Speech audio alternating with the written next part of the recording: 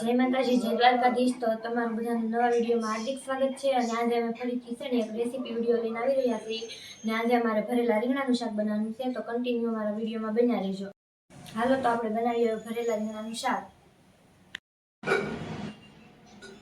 હાલો તો પહેલા આપણે છે ને શિંગદાણા નાખી દઈએ, પછી હવે છે ને આપણે સવાણું નાખી દઈશું અને થોડુંક આખું લસણ નાખી દઈશું। હવે છે ને આ બધું વાટી લેવાનું છે આપણે।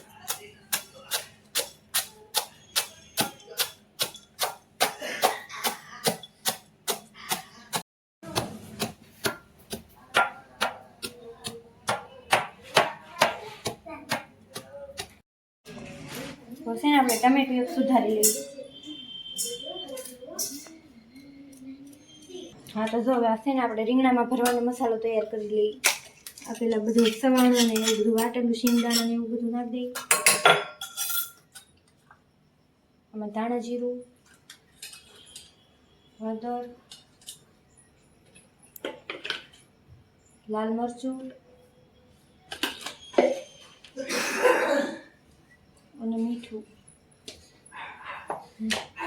તેલ,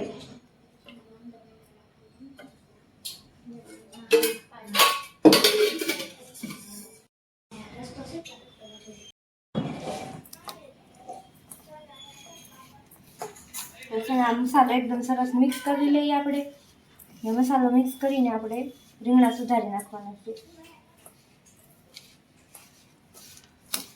તો જો હવે છે ને આપણે રીંગણા છે ને એકદમ મસ્ત સુધારી લઈએ।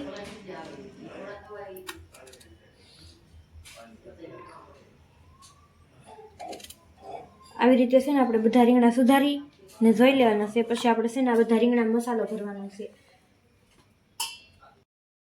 હા તો જો આપણે બધા રીંગણા સુધારી લીધા છે ને આપણો મસાલો તૈયાર થઈ ગયો છે આવડો। તો છે ને આ રીંગણામાં આપણે છે ને મસાલો ભરી દઈએ મસ્તનો। આવી રીતે મસાલો ભરીને રીંગણું આવી રીતના આમ દબી દેવાનું, એટલે છે ને મસાલો બહાર નીકળી જાય।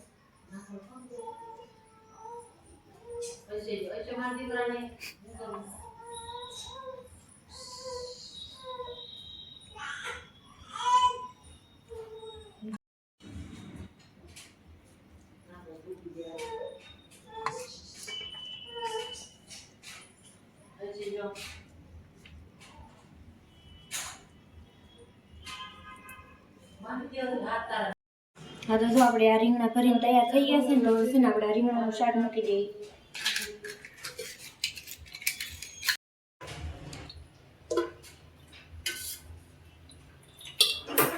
તો જો આપણું તેલ ગરમ થઈ ગયું છે, તો આપણે છે ને હવે પેલા એમાં જીરું નાખી દઈએ, હવે ટમેટા નાખી દઈએ,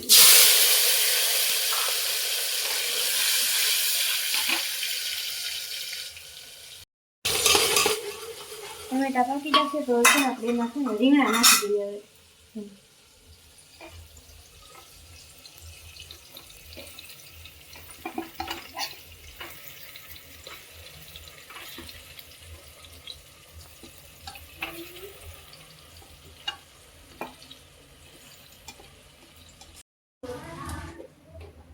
આપણે તેલમાં હવે જો રીંગણા નાખી દીધા છે, હવે પાછા બધા મસાલા નાખી દઈએ। હળદર, ધાણા જીરું, મીઠું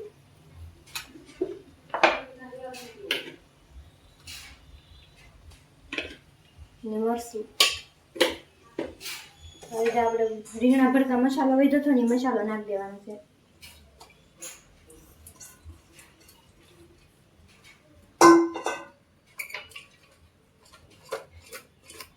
આપણે મસાલો નાખી દીધો છે ને એકદમ મસ્ત મિક્સ કરી લીધું છે। હવે છે ને આ રીંગણા સડે ને એટલું પાણી રેડવાનું છે આપણે શાકમાં।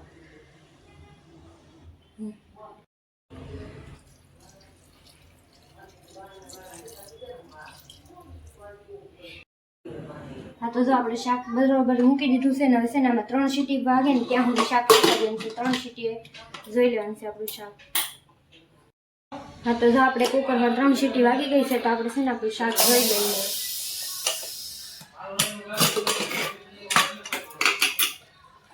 આપણે આવું કંઈક શાક બન્યું છે રીંગણાનું, તો આપણે રીંગણા છે ને જોઈ લઈએ।